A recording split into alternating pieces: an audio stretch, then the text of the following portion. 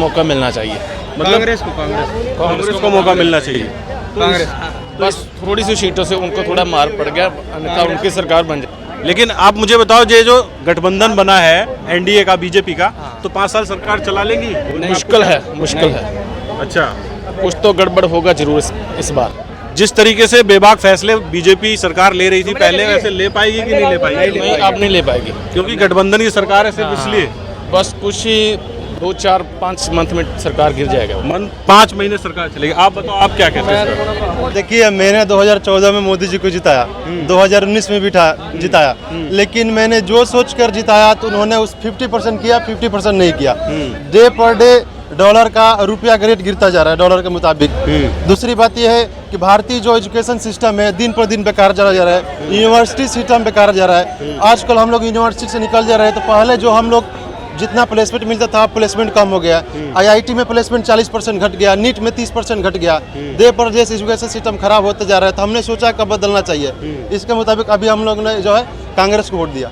लेकिन कांग्रेस को वोट तो दिया, लेकिन थोड़ा कम रह गया ना वोट। भैया देखिए, अब हम लोग का काम है कांग्रेस को वोट देना, अब कम रह गया तब हम लोग तो अब आगे नहीं, ईवीएम तो बदल नहीं सकते। क्या आप 29 के बारे में सोच रहे हैं? नीतीश कुमार ने घोटाला किया है, आपको अगर मालूम हो तो। नीतीश कुमार अगर करते भी तो खाली बिहार में ही तो करते, बाकी। एक मिनट, जब एक बात आई है, जब वोट पड़ रहे थे तो नीतीश कुमार बाबूजी का क्या मतलब था कि जो गेट लगाना, किस चीज का गेट? बूथ के अंदर उन्होंने गेट लॉक कर लिया था। ये क्या मकसद है उनका? ये तो चुनाव आयोग देख रहा था, उसमें तो उनका कोई कंट्रोल नहीं था। गलत। वाइट आटा वो आई, मतलब बीजेपी सेंट्रल गवर्नमेंट में थी, उससे ज्यादा ताकत मतलब नीतीश कुमार की है कि वो उससे भी ज्यादा नीतीश कुमार के चुनाव आयोग पे कब्जा है उनका। हाँ। आप क्या कहोगे इसके बारे में? सही कह रहे हैं भैया। अब देखिए, सबका अलग अलग अपना अपना विचार होता है। नहीं तो गेट लगाने की कोई। और आपका शुभ नाम क्या हुआ सर? मेरा नाम आदिल अंसारी है। आदिल जी, मुझे बताइए कि यूपी में क्या गलती हुई बीजेपी से जो सीटें कम हो गई बढ़ने की बजाय? देखिए, तो काम मेरे हिसाब से या पहला देखिए, पहला गलती एक पूर्वांचल में जो 20 में 2 सीटें भाजपा लाई है, 18 नहीं लाई है। इसका मेन कारण रहा अतीक अहमद और मुख्तार अंसारी, क्योंकि पूरे पूर्वांचल में अतीक अहमद और मुख्तार अंसारी का सिक्का चलता है और किसी का नहीं चलता है। इन लोगों को जिस प्रकार से प्रताड़ित किया जा रहा था, उसका एक देखने को मिला इस चुनाव में।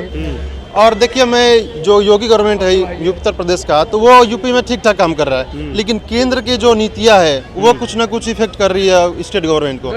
हाँ, अच्छा, तो इस हिसाब से आप लोगों ने वोट कांग्रेस को किया, लेकिन अब फिर भी सरकार नहीं बन पाई। मतलब उसके लिए देखिए, अभी सरकार अभी नहीं बन पाई।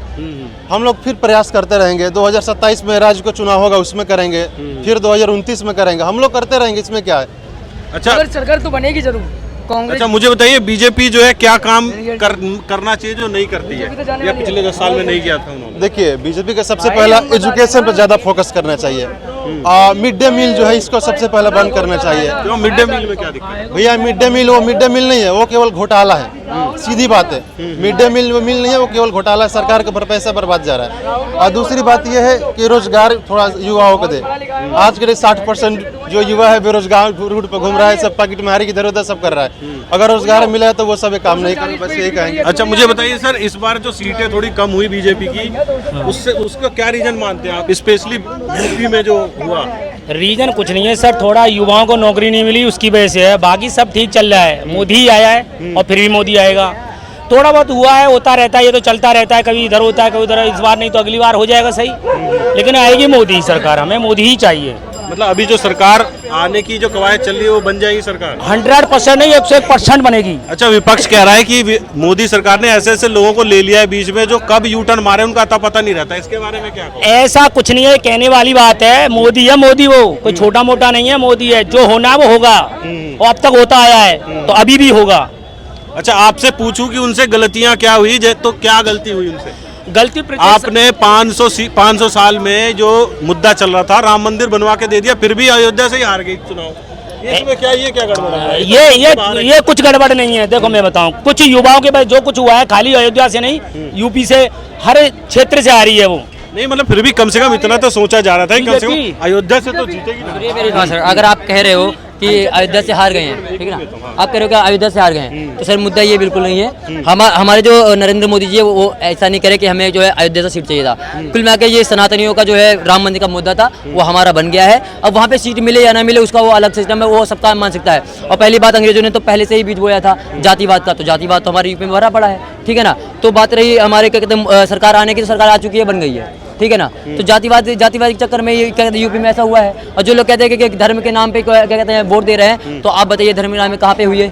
धर्म के नाम पे लिया क्या? आप मुझे बताइए, तो 10 साल में आप लोग जातिवाद दूर नहीं कर पाए, क्या कर रहे थे 10 साल तक? तो भैया एक बात बताइए, तो 70 साल में मतलब जातिवाद सबके दिमाग में भर दिया गया है, तो कैसे निकलेंगे माइंड से सबके? नहीं निकलेगी ना। किसने भरा है सब? मतलब ठीक आरक्षण देने वाले कौन ठीक करेगा? ये करेगा जो सरकार रहेगी, वो धीरे धीरे करेगी। ऐसा नहीं है एक बार में सब कुछ नहीं हो जाएगा। 70 साल में जब तुम, एक बात बताइए, आप ये कह रहे हैं कि जातिवाद कौन ठीक करेगा? 70 साल में जब आप लोगों को छत नहीं दे पाए, सड़कें नहीं बनवा पाए, बिजली नहीं पहुंचा पाए, 370 नहीं हटवा पाए, लाल चौक पर अपना झंडा जो है नहीं लगा पाए, तो तुम जो है अब जातिवाद की बात करो 10 साल के अंदर में? ये कहाँ का इंसाफ है भाई, बताइए ना। और आप लोग 26 लोग जो है संगठन में खड़े हो गए, वो लोग खड़े जो झूठ बोलते हैं। अखिलेश यादव कहते हैं भैया ये कांग्रेस यादव को कभी जो है वोट मत देना, ये करप्ट पार्टी है। ये क्या कहते हैं अरविंद केजरीवाल कहते हैं बच्चों के संक्रांतों में कभी गठबंधन नहीं बनाऊंगा, गठबंधन में आते हैं। और सारे के सारे 26 लोग खड़े हैं लाइन में। अगर देखा जाए तो इन लोगों के हाथ में जो कटोरा है ना, उसमें 9 सीटें आई हैं, अकेला, रियलिटी है। और टोटल 99 सीट जो है राहुल गांधी के भाई है। अगर राहुल गांधी अकेले लड़ते तो आप बताइए मोदी जी का टक्कर कर सकते थे? मोदी जी के पास अपने मेहनत की 240 सीटें हैं, ठीक है ना, और राहुल गांधी के पास है 99, ठीक है ना। एक मिनट, और उसके बाद जो है ये टोटल गठबंधन बना के 234 लेके आए, ठीक है ना। तो आप बताइए ना यहाँ पे जीता कौन है? जीता यही है, जीता कौन है? मोदी जीते हैं। तो जाहिर सी बात है। भाजपा सरकार ने जो बात बोली 400 पार की बात करी थी, 400 पार के इनकी 300 पार सीटें नहीं हो पाएंगी, क्योंकि तानाशाही चल रही है देश के अंदर, क्योंकि अंदर तासुपना देश के अंदर। ममता बनर्जी कहती रही, वही ममता बनर्जी की बात कर रहे हैं। उसी बंगाल में औरतों का रेप होता है, वहीं पे जो है औरतों क्या कहते हैं वहाँ पे लोगों का हत्या हो जाती है। वहीं पे क्या कहते हैं, हाँ वहाँ पे क्या कहते हैं राम जी का क्या कहते हैं यात्रा नहीं निकल पाती है उसी जगह पे। तो वहाँ पे जातिवाद पूरा भरा पड़ा है। और सुनिए मेरी बात, एक मिनट, केंद्र में किसकी सरकार है? किसकी सरकार है? तुम बताओ किसकी सरकार? आप बताओ ना। आप बताओ किसकी? आपने तो कह दिया। हाँ केंद्र में बीजेपी की है, मैं है नहीं, उसको बताइए। उसका संतोषण कौन देगा? मोदी जी देंगे, कौन देगा?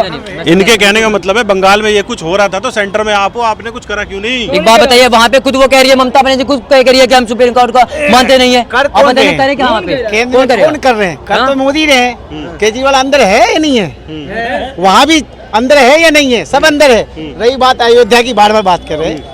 एक घर में भी बच्चे भटक जाते हैं, भटक गए हैं, कुछ लोग भटक गए, फिर वापसी आएगा, इसमें क्या दिक्कत है? घर के बच्चे नहीं भटकते? क्यों नहीं ला रहे? स्पीति नहीं बोली थी, मोदी तो आया हुआ है 9 तारीख को शाम में शपथ प्रधानमंत्री बन चुका है। मुझे ये बताओ, योगी जी का चेहरा क्यों नहीं आ रहा है किसी भी अखबार में? भाजपा वालों ने 400 पार की बात करी थी, 400 पार के इनकी 300 पार सीटें नहीं हो पाई। और स्पीति ने निकला फाड़ फाड़ के बोल ली थी, अगर राहुल गांधी तू एक बाप क्यों ला दे, यहाँ पे हमें दिया और यहाँ पे आगे चुनाव लड़। और राहुल गांधी तो गया भी नहीं, राहुल गांधी फिर भी गए नहीं, स्मृति ने फिर भी हार गई। जब 400 का सिलेंडर था स्मृति ने रोड पर बैठ जाया करती थी, कहती थी बहुत हुई महंगाई की मार इस बार मोदी सरकार। और इस बार और जब 400 का सिलेंडर चिल्लाती थी, प्रदर्शन करती थी स्मृति ईरानी, 800-1200 रुपए का सिलेंडर मिल रहा है और चुपचाप जो तमाशा देख रही है मजदूर जो है मजदूर। अब ठीक है, हो गया इनका। अब मैं बोलता हूँ, राहुल गांधी ने बोला था 295 हम लेके आएंगे, बोला था नहीं बोला था? 295 बोला था राहुल गांधी ने, जबकि 99 सीट आई है पहली उनकी। दूसरा ये कह रहा है कि 400 पार का नारा। महाराज अभी पढ़ो, बीजेपी को समझो। 400 पार का नारा सिर्फ सीट का ही नहीं था, 400 पार का जो नारा है ना, वो जो है शपथ लेने के बाद पता चलेगा असलियत में 400 पार का नारा है क्या। यही तो कहते हो ना, राजनीति सीखो ना भाई।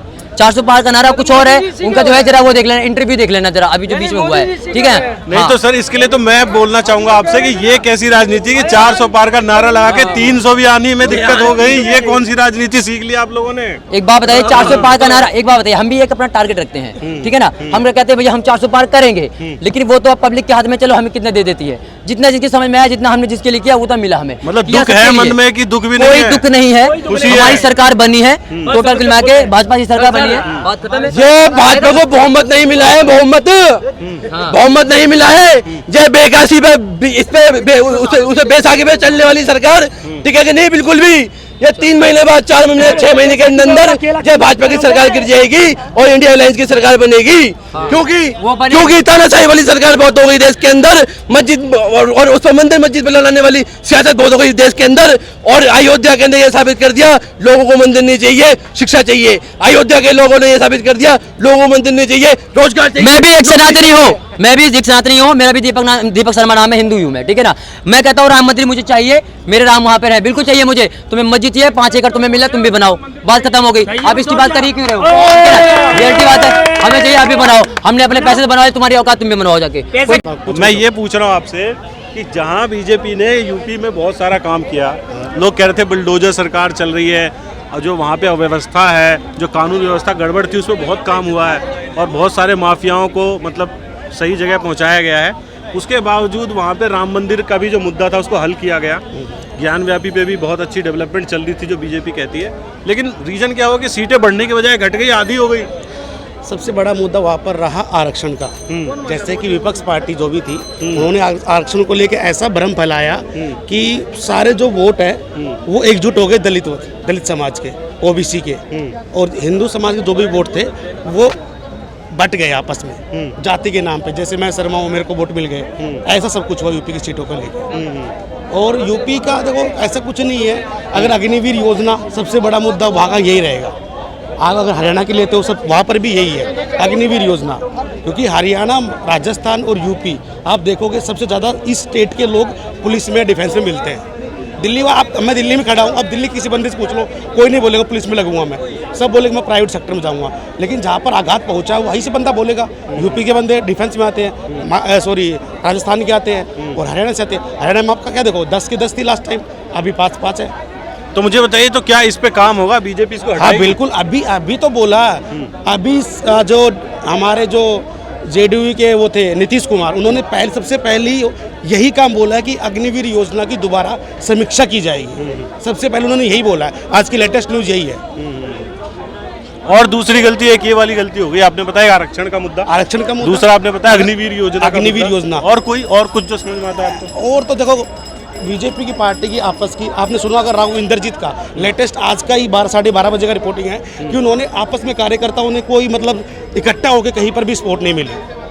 गुड़गांव दिल्ली में एमपी हैं, अभी भी एमपी जीते ही हैं, वो राज बब्बर जीते हैं। उन्होंने खुद मतलब इंटरव्यू में बोला है कि इतनी सड़कों का और लाइटों का इतना बदहाल था कि मेरे पास डायरेक्ट फोन आते थे कि लाइट क्यों कट रही है। तो उसको लेके इतना बड़ा, हाँ सिरसा से, हमारे स्टेट से, हरियाणा से सिरसा में कुमारी शैलजा जीती थी, सीट वहाँ पर मिली थी कुलदीप बिश्नोई को, बहुत ही अच्छा उसका वो था। लेकिन सीट किसको दिया? अशोक तंवर को, मतलब कांग्रेस से निकाल के बीजेपी में घुसा दिया। तो उनकी आपस की राजनीति से बीजेपी आ रही है, बीजेपी किसी के हरा ही नहीं है, डोंट वरी। इसके लिए आप मतलब दूसरे पार्टियों से जो अपनी पार्टियों में लोगों को शामिल करते गए, गलती यही पर यही है, बाद उनको डायरेक्ट टिकट भी दे दिए। इस वजह से भी जो ग्राउंड लेवल पे बंदे काम कर रहे हैं, कार्यकर्ता जो काम कर रहे हैं, आप उनको टिकट नहीं दोगे, आपको उठा के टिकट लिया दिया, तो कैसे कोई वोटर कौन वोट देगा? आप बताओ। तो क्या लगता है आपको, ज्यादा कॉन्फिडेंस में थी बीजेपी? ज्यादा कॉन्फिडेंस में थी, टिकट वितरण बिल्कुल गलत हुआ है, ओवर कॉन्फिडेंस मार गया यूपी में सब। हाँ ये बोल सकते हो आप, ये बोल 400 पार आपने बोल तो दिया, लेकिन वो लोगों के दिल में भी था करने को, लेकिन इतना ओवर कॉन्फिडेंस अच्छा नहीं होता भाई, वो आपने देख लिया। अच्छा मुझे बताइए, 2014-19 से आप 282, 303 लेके आए हो, इस बार तो आराम से होना था। दिक्कत ही क्या थी? आप तो सरकार में थे, सब कुछ आपके पास ही था। लेकिन डोंट वरी, एनडीए की आपकी बन जाएगी और चलेगी भी 5 साल। शुभ नाम क्या हुआ आपका सर? गुरदीप सिंह। गुरदीप जी मुझे बताइए, सातों की सात दिल्ली में, हाँ दिल्ली में है, पिछली बार भी जीत गए थे। हाँ। पिछली बार भी आम आदमी पार्टी ने 67 सीटें जीती थी 70 में से। आपको क्या लगता है बीजेपी इस बार भी 7 जीती और फिर से आम आदमी पार्टी विधानसभा में? हाँ। नहीं, इस बार नहीं, इस बार नहीं होगा तो सर। कितनी 50 गलती एक बार होती है इंसान से, 2 बार आपने एनडीए को भी देखा काम करते हुए, 2014-19 आम आदमी पार्टी को भी देख लिया है। तो मतलब आम आदमी पार्टी बाहर हो जाएगी इस बार? बिल्कुल बाहर हो जाएगी सर। 67 सीटें आती हैं, 36 सीटों में सरकार बन सकती है। कोई बात नहीं। केजरीवाल जी कहते हैं पूरे जीवन में हरा नहीं पाएंगे अरविंद केजरीवाल जी, बाहर आएंगे तभी तो कुछ कर पाएंगे बेचारे।